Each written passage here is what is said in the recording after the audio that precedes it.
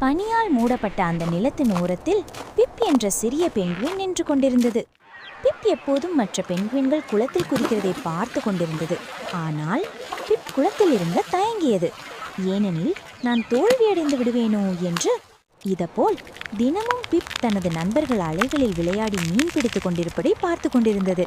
ஆனால் பிப் ஐஸ் கரையில் மட்டுமே நின்று கொண்டிருந்தது. ஒரு நாள் காலை பிப் நினைத்தான், ஒரு முறை முயற்சிக்கலாமா என்று. அவன் உடனே ஐஸில் சறுக்கி குளத்தில் குதித்தான். ஸ்பிளாஷ் என்று சத்தம் கேட்டது. குளத்தில் நீர் குளிர்ச்சியால் அதிர்ச்சியடைந்த பிப் முதலில் சிரமமாக இருந்தாலும் பின்னர் நீந்த தொடங்கியது. பிப் மீன், சிரிப்பு, அதிர்ச்சி அனுபவங்களை கண்டுபிடித்தான். மற்ற பெங்குயின்களும் பிப்பை பாராட்டியது. சில நேரங்களில் வெறும் ஒரு துணிச்சலான படி போதும் வெற்றி பெற. பிப்பை போல இரு, முயற்சிக்கு துணிவு கொள்.